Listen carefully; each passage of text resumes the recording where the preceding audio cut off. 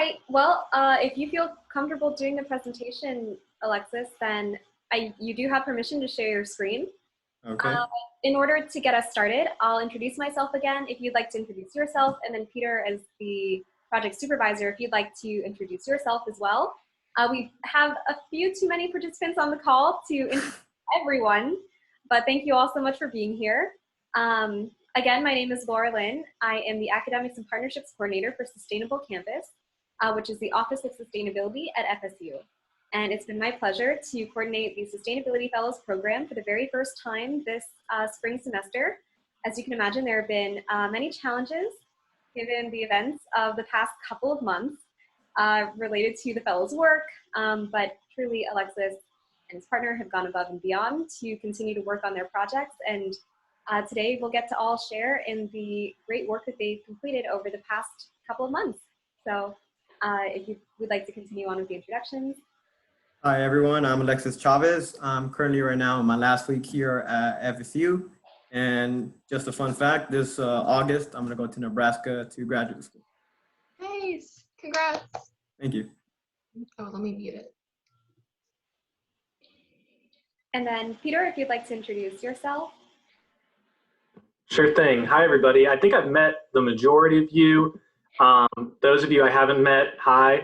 My name is Peter Kleinhens. I guess in this capacity, I serve as president of Apalachee Audubon. Several of our board members are here today and our other members, which we're excited about, and several of our community partners are here, which we're also excited about. Just real quick, we took kind of a gamble on this program. We didn't really, it was the first time they'd done this program. We'd worked with students in the past and had mixed results. But we thought we'd give it a shot, and we have found this program to be a really, really great partnership between FSU and Apalachee Audubon, and have been impressed with Alexis and Kate. We've been impressed with the work they've been able to produce, and I would just highly encourage all of you on this call who have the capacity to do so to consider partnering with the Sustainability Fellows program. Because it's truly a great experience. Thank you for having us. Thank you so much, Peter. At this time, I'd like to invite Alexis to share his screen, and I would like to ask the rest of us to please mute yourselves if you are able to, just so that there's no extra audio as Alexis is giving his presentation.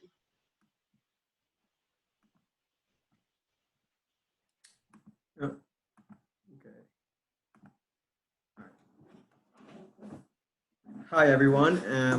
Today I'm going to be talking to you about the project we did with Apalachee Audubon Society in relation to Lake Elberta. And sorry about that. And if you see this picture in the background of Lake Elberta, and if you've ever been outside of the park, you might think to yourself, what is so special about this park, especially considering it is in the middle of the city and it is a stormwater retention pond, meaning that it receives a bunch of urban water runoff from the areas north of it. But once you go into the park, you see why it is special to so many people. The first thing you'll notice is the high amount of species in the surrounding the lake of birds, and so much so that it's been documented that Lake Elberta is number 4 in terms of bird species observed at a given place in Leon County. And that is really something considering the numerous amount of other water bodies here in Leon County. And some birds that you'll see there are, for example, the always numerous Canadian geese, as I saw earlier this week, or one of my favorites, the wood ducks with their very colorful feathers. And once you also go into the park, you also start noticing another thing that's also numerous, and that's the trash surrounding the lake, usually either on the border or even inside the lake. And Apalachee Audubon Society has recognized this problem for the past years. And they have had many volunteers come out and help pick up the trash and do plenty of cleanup days, but the problem has not gone away. And that's why the Apalachee Audubon Society tasked Kate and I to be able to find the sources of the trash and be able to present it to city officials and members of the Tallahassee community and of the community that uses Lake Elberta. And as a result of having all of that information and presenting it maybe in a map, we would be able to suggest solutions with all the information we gathered. And as you might already be predicting, that last part has not come to fruition because of COVID-19, but I'll go into that more later. So first of all, when we began, Kay and I, we knew that this project was not going to be easy because first, it was such a large area that we knew we had to somehow find the specific sources of the trash. And Kate, with her GIS knowledge, and I also know how to use GIS, but if Kate were here, she would also tell you that a lot of the maps that she created were also like life-saving, or not life-saving, that's a bit an exaggeration, but it was very useful for us in order to make progress in this project. But the first thing that we figured out was that there were very few available maps that showed the possible trash flow towards Lake Elberta. So we had to find several maps that showed the flow of surface water. And because we presumed that if there's a map that shows the flow of water coming towards Lake Elberta, then maybe that's how we know where the trash is maybe coming from. And we found several of these maps, and we made several of them. And one of these is this one on here on the screen, and it just shows the area of all the drainage that Lake Elberta receives. And the blue lines represent some of the general ways that the water flows down towards Lake Elberta on the surface only. And Kate really brought up the notion that she thought that most of the trash is not going to just simply tumble its way on the ground, on the surface, and go all the way towards Lake Elberta, but rather go through the underground drainage system here in Tallahassee. So we tried to find that map, and we contacted the Tallahassee-Leon County GIS department. And I really appreciate all the help they gave us, because they gave us several other maps, and they gave us contact information for Chris Gudeman, who is a GIS analyst from the stormwater department here in Tallahassee. And he informed us of the stormwater drainage network system that Lake Elberta works on. And he explained to us many of the concepts that we have to know, since both Kay and I were nowhere near as knowledgeable about drainage systems before this project started. And one of the vital things he gave us was this map that showed the drainage network system. And if you see this on the screen, unless you're an expert in stormwater system, it's very, very confusing. Don't worry, that's how Kay and I felt in the beginning. And maybe to a point we're still confused, but we know the most important parts of it that relate to the project. And one of the most important parts was the certain points on the map called inlets, which are openings on the side of a road or on the road that let water come in through them. And since we know these inlets, since they let water come in through them, presumably they're also going to let trash come in them. So we now know that we have to somehow find out a way to figure out which of those inlets directly affect Lake Elberta. And that was another also kind of difficulty of the project, since we had never worked with previously in GIS with this type of data. And again, we contacted the GIS department here in Tallahassee, and they informed us of this tool called a utility network analysis tool. And it sounds very fancy, but really it's kind of simple to use. What you simply do is you put a point on a map, on a GIS map, and represented it by that green square. And you can either press the trace upstream function, which shows how water flows all the way down to that certain point, or you could do the trace downstream function, which shows how water flows away from that point. So now that Kay and I knew about these inlets and how water flows from them, now we knew how to possibly find out how they affect Lake Elberta. And then we came up with this map, which is still very complicated. But now we knew that much of the data that we initially got, the southern portion of it did not really, was really informative to us, since all of those points did not affect Lake Elberta directly. And just a quick explanation about this map, what it shows, all of the red lines show how all the system connects to Lake Elberta. And as you can see, it's a pretty large area from Lake Elberta all the way up to north of West Tennessee Street. And now another thing that we thought of was elevation possibly being a factor in affecting how trash and or how water is going to flow from there, and presumably the trash too. And this map, what it shows is that the darker colored regions are the highest elevation points here in that region concerning Lake Elberta. And the highest elevation is around 200, 210 feet. And as we were making these maps and we were meeting with Peter and the Audubon board, we were also making a draft of our procedures. We were getting ready to make a plan on how to contact certain volunteers, certain environmental groups here in Florida and FSU, just like the Environmental Service Program. But then a huge disruption, COVID-19 happened. So we completely had to change course, and we had to somehow think of how much more information could we get to help us in making those procedures, and how we could present this information to try to inform as much as we can to the Audubon board and to also possibly other city workers. And so one thing that Kate did while she was over here in Tallahassee was she actually went out and did kind of a sample of what we would be doing if we actually studied the area. So what she did is she went to the lake and she gathered some of the trash that she would see there. And some of the trash that you can see is shown on the screen. And she also then later on went to generate 100 random sample points on the map that we previously had. And she surprisingly went to all of them. And that was really, really, really impressive, I believe. And she went to them because she wanted to get a general feeling of how much trash is actually around all of these points and how much could we expect to have to work and how many hours or how many days or weeks we could possibly have to take if we were to collect trash at these points. So what she found is that about 50% of them had a garbage near them or actually in them, as shown on the top picture with a soda can.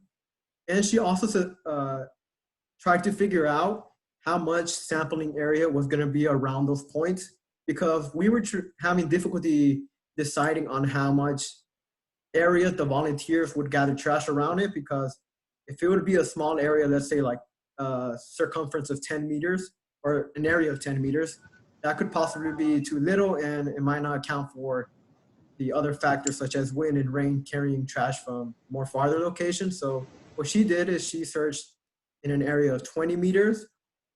And she also then, as she traveled down to all these points, she observed several places where their waste management, let's just say, was not the best. As you can see in the picture on the bottom, with the trash bin was completely knocked down on the ground. And one surprising thing that she told me was that she observed a lot of people at Lake Elberta Park bringing food from other restaurants that are nearby there and just simply leaving the trash on the tables. And this is just anecdotally, so it might not represent everyone what they do there, but it is still something that she said she was surprised to see. And now what I was doing in the meanwhile was trying to figure out how to break up this huge area and divide it up into small areas where we could then maybe collect trash at the points located inside of each area. And I started this right after spring break, but I recently was in contact with someone from the Chattahoochee Riverkeeper organization, and this organization is in Georgia, and they're doing kind of a similar study, but not really at the same time too. What they're doing is they're trying to find out the type of trash coming into a certain creek, not the source, just a type of trash that is coming there. And with a conversation I've had with them and that I'm still talking to them, it sprang up a lot of ideas. So really, this was only the silver lining, I think, of this break, where it really gave me a lot of ideas on how we could proceed further. So what you see here on the screen are 3 regions that I put in the beginning, rectangles around them to say that, okay, if we were going to collect trash, we could possibly start in this area since it's these areas are of high elevation, and also you're going to see a high density of people living near there. So these 2 maps that you see on the screen were the north and west regions from the previous map you saw, and all those blue dots inside the rectangle represent either a residential or a commercial site, meaning a household or a business. And as you can see in these 2 regions, it's really packed. And since it's on a high elevation, it could possibly be a potential area where if the waste management is not as good, if we were to collect data over there, it could be a potential source. And then another region that was particularly interesting to me was the eastern region on the first map that I showed you. because it connects to both of the outfalls that the Lake Alberta has. And these outfalls are just basically openings near the lake where it lets water come in from the city above it. And why this area is interesting to me is because, as you can see, it has a high elevation, but there is also a high human activity based on my own personal experience there and based on seeing the type of buildings that are located there. So, for example, there's the Tucker Civic Center there, and when there's certain events happening, well, not now, but in the future, when there's certain events happening, there could possibly be a higher increase or a higher increase of trash, maybe overflowing the trash bins or people littering, and a lot of government buildings. And usually when the legislation is in session, there's always hundreds of people coming in and out of that region and, grabbing food, drinking coffee, leaving their coffee cups maybe outside. And there's also a myriad of other businesses. Now, kind of like a lightning round of all the other regions that I thought would be interesting to look at would be this area, which it has a lot of businesses there, but it also has mostly a lot of restaurants. So people may be leaving plastic bags from those fast food restaurants, could then maybe travel down to Lake Elberta.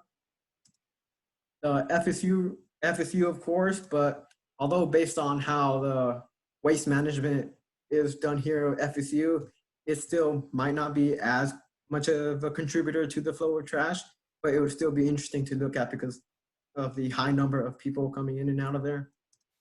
And then there's this other region, which is just the highest point on FSU campus, and it's the same thing. It's just that there's an elevation component to it that we would maybe want to see.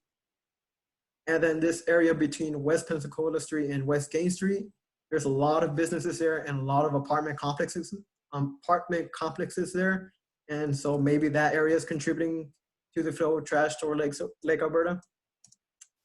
So our procedures, if we were to do this in the summer, would first be to assign random inlet points in each of those regions, but each of those regions would also have to be divided into areas with a similar size of area, because if one region is really big and the other one's small, well, of course, one region is going to have more trash in it than the smaller region.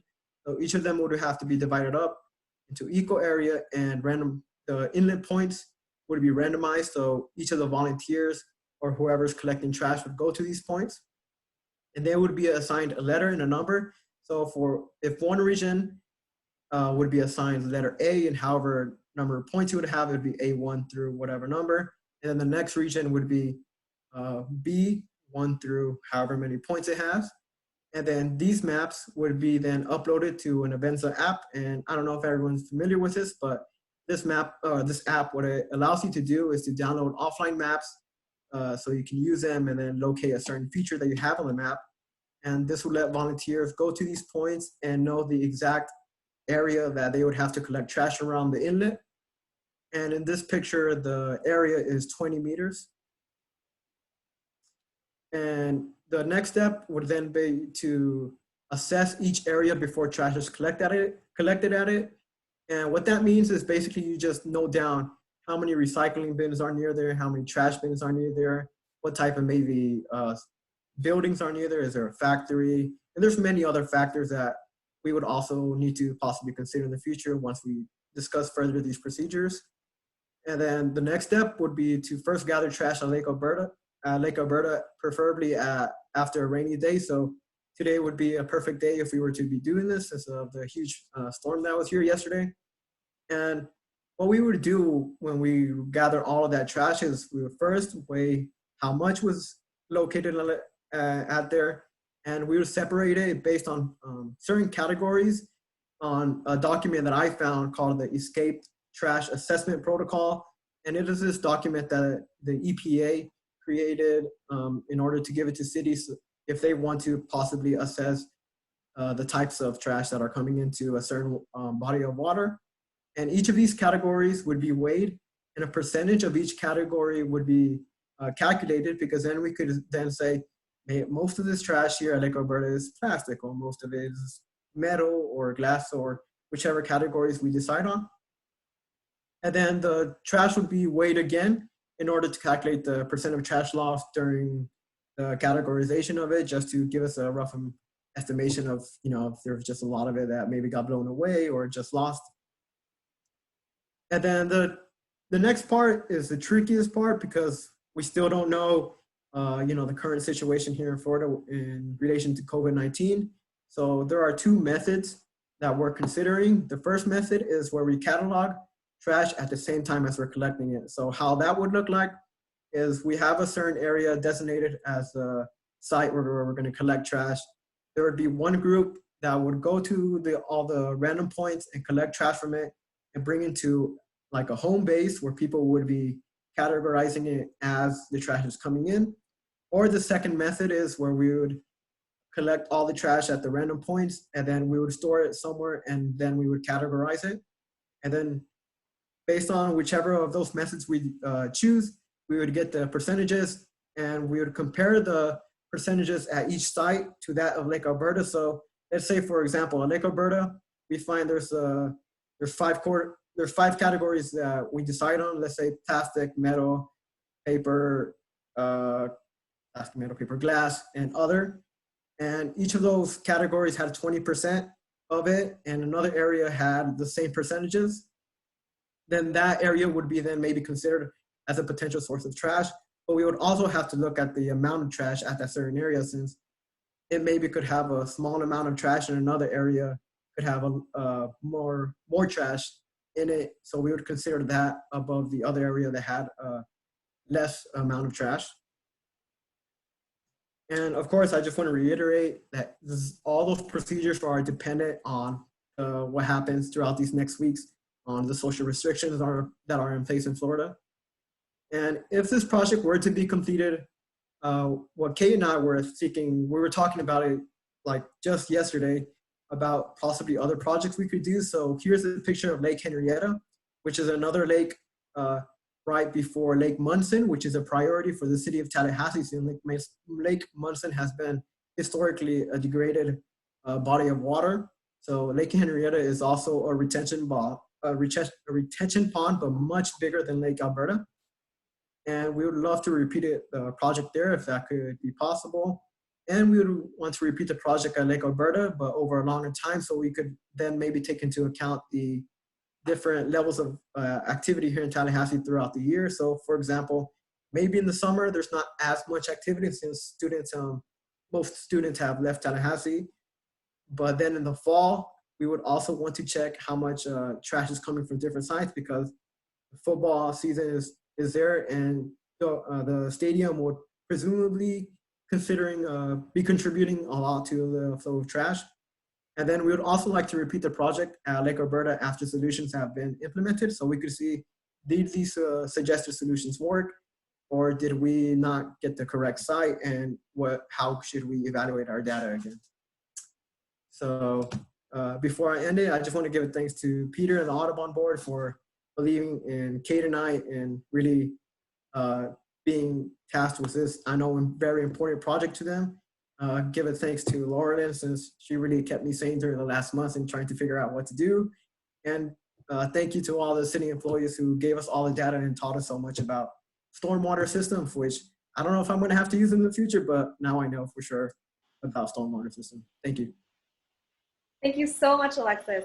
Could you at this time unshare your screen so that we can go back to gallery view? And then I'd love to open it up to at least 10 to 15 minutes of Q&A if you feel comfortable answering some questions.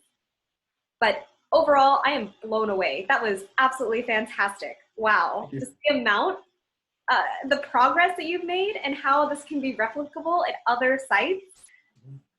Just the process that you came up with. I thought I knew GIS before going into this semester, and you and Kate have done things that I would never have considered ever doing. I remember when Peter approached me with this project, I thought, it sounds like something that needs to be done, but I have no idea how to do it, and I don't know what students would know how to do it either. And I cannot believe the amazing amount of progress that you've made, despite COVID-19. It's just absolutely amazing. Thank you. So at this time, if anyone has any questions, please feel free to unmute yourself or ask them in the chat box. I can read out questions from the chat box. And if anyone has any comments, maybe Peter, you would like to start, and we will open it up.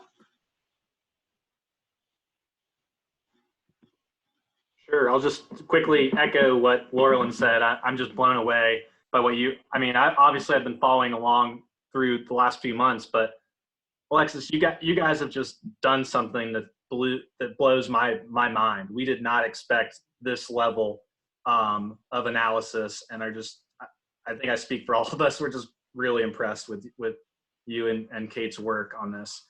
I did have one specific question, but what I'm going to do, I'm going to type it into the chat because I want others to have the chance to ask before I do. So we encourage others to ask if they have them. Also, here's a question from Peter Kelly. He says, in weighing trash, will there be a chemical analysis component? So that's one thing. So I made this certain document that I haven't even told Peter about, of like, kind of like the ideas, other ideas that would maybe go in the future. And that's one of them. And I just didn't want to put it because I'm like, that's like way far ahead of my knowledge of doing a chemical analysis, but that would be interesting to see. So maybe instead of just considering the actual just solid items coming into Lake Elberta, you can maybe see what chemicals are leaching into Lake Elberta.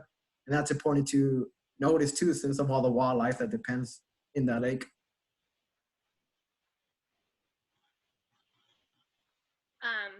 Excellent job. You guys did such a great job with the maps and pulling everything together. I didn't really know what to expect from this presentation, but something that I noticed that really kind of stuck out was the photos that were collected at the site, and that it looks like mostly household trash. I think I would have made an assumption that a lot of it would just be small litter pieces that would go into a storm drain as someone's walking by. And there's not a place to readily deposit their waste. And so I think that's really interesting, just as an observation. Do you have any thoughts of any of the other trash that you all saw, like anything that stood out that you didn't anticipate seeing and maybe changed what you were thinking of methodologically?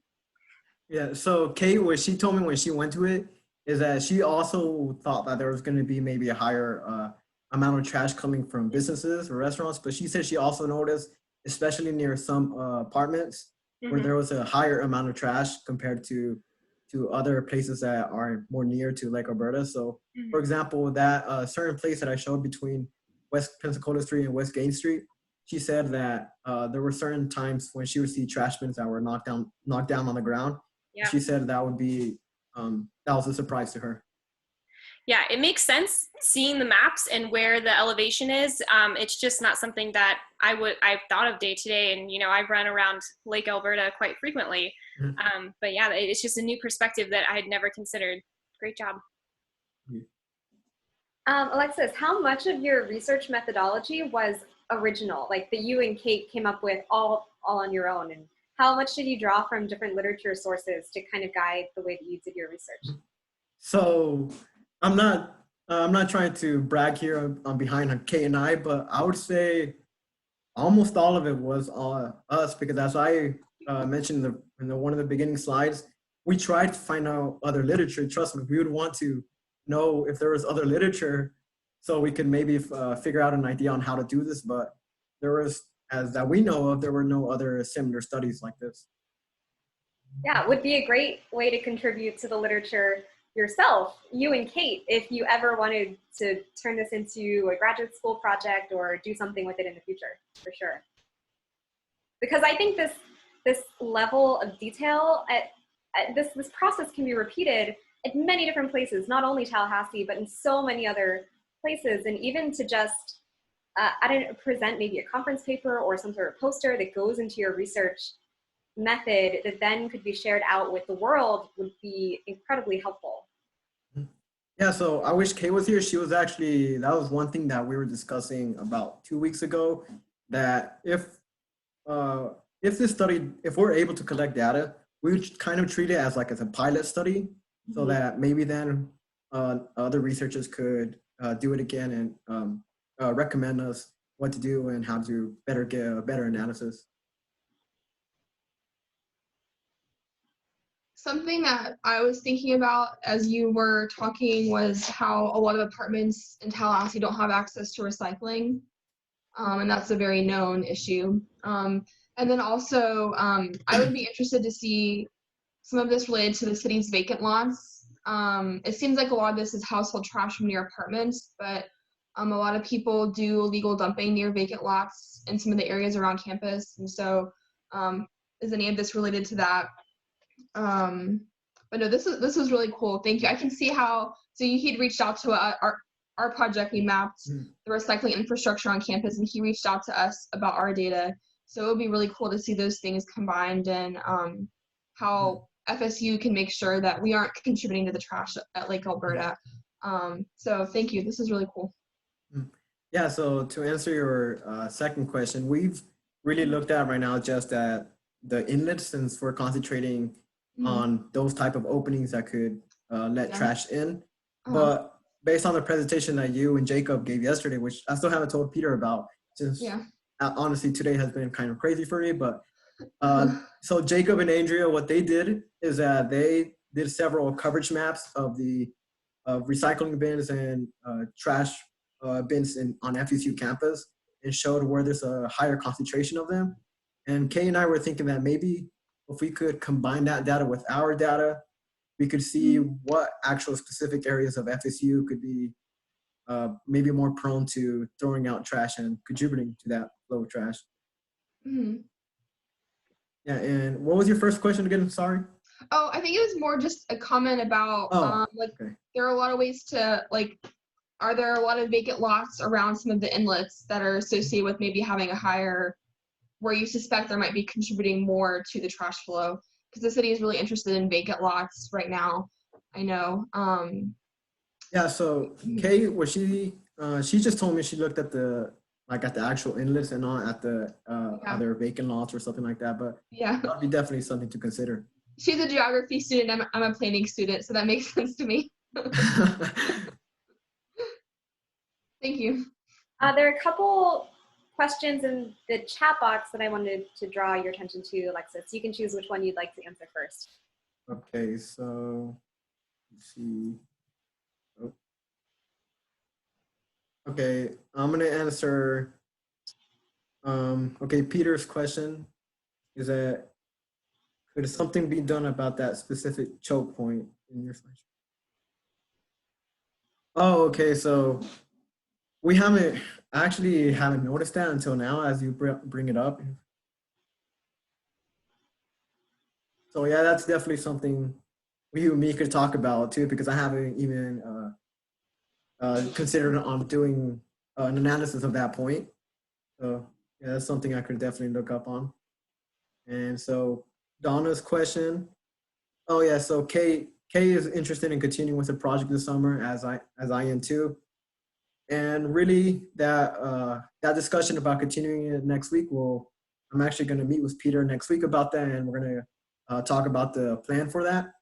And currently right now, at least in my mind, what I think is we're really going to have to be listening out on what the social restrictions are for Florida, because if the stay-at-home order and is still in effect, and if they're still recommending there not to be big groups together, that might be a huge roadblock on us, because we're trying to get volunteers to help us and collect all the trash around all those points. So that's definitely something that we have to figure out. So, Amelia's question is, do you have any idea of how long it takes trash to make its way from the river source into the lake? So I do not, but the Chattahoochee Riverkeeper organization, when I was talking to them, well, that's one part of their study. So how they figure that out is that they look at the condition of the trash and try to maybe get an estimation of that. And they only collect trash at the body of water they're studying. So in our case, that would be, if we were just looking at the trash of Lake Elberta, we would see, is this trash relatively still intact, or is it very degraded? And that could possibly be an estimation on how far it has traveled down. At least that's how the Chattahoochee organization did it.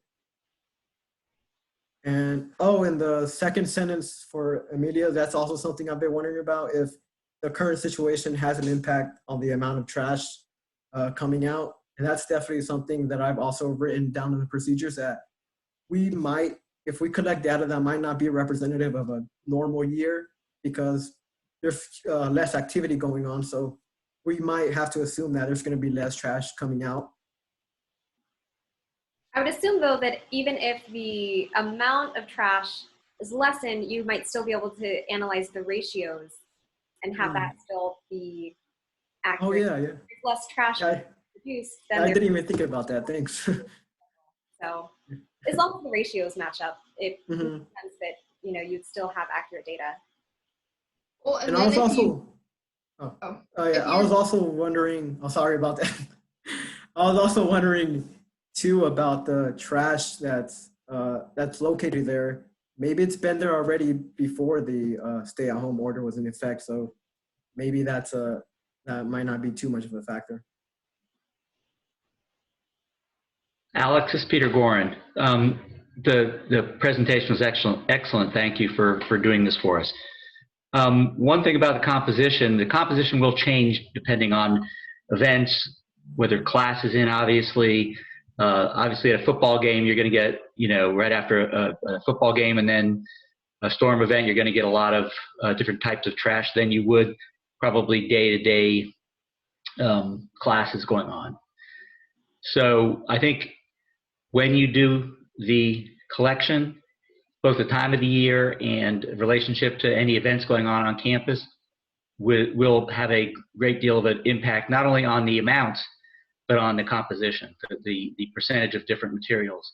I do suggest also that you not only limit your composition to 4 or 5 materials. EPA, I think, collects 18, and I'm not saying you have to collect all 18, but I'd like to talk to you about what materials you plan on collecting if you end up doing this study. Yeah, so those categories that I was talking about, it's based on that protocol that I mentioned that the EPA made. Right. And those 5 broad categories that I said in the presentation, there's a bunch of other subcategories that are also there, but that's dependent on how much time we have to, because if we break it down into those categories, it could take longer, and we have a time constraint too.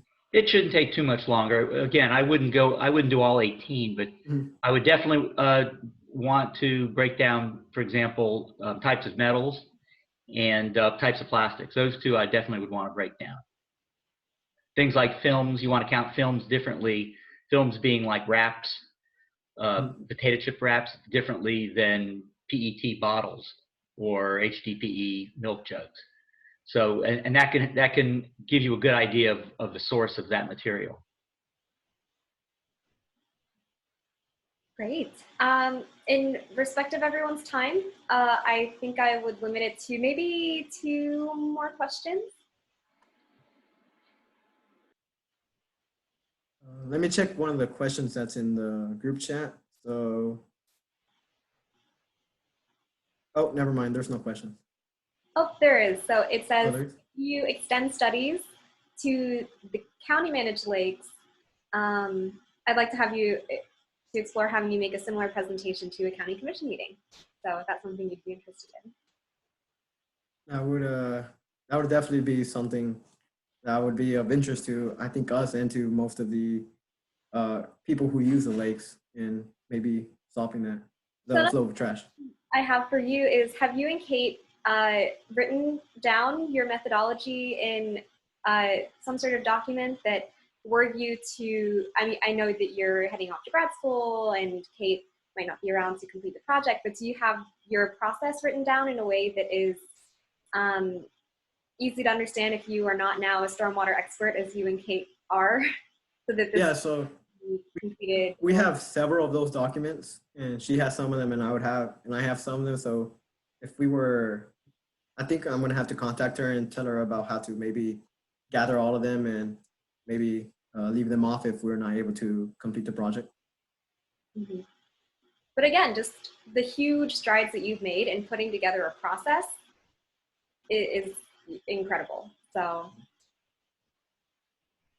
any final questions? I just want to comment that I'm just really, really impressed at the work that you and Kate have done, and I think this gives us a lot of material to start working with and ideas that we can actually look into implementing, you know, further studies, and especially if we can start implementing this for other lakes, not just, or other retention pond areas, not just Lake Elberta. Mhm. Excellent. Thank you. All right, well, thank you all again so much for joining us. This meeting has been recorded, so it can be shared widely with your colleagues who maybe weren't able to attend the presentation today. I'd like to thank Alexis once again. I'm very sorry Kate wasn't able to make it, but she did contribute a lot to this project as well. And overall, I hope you have a happy Friday, and thank you all so much again.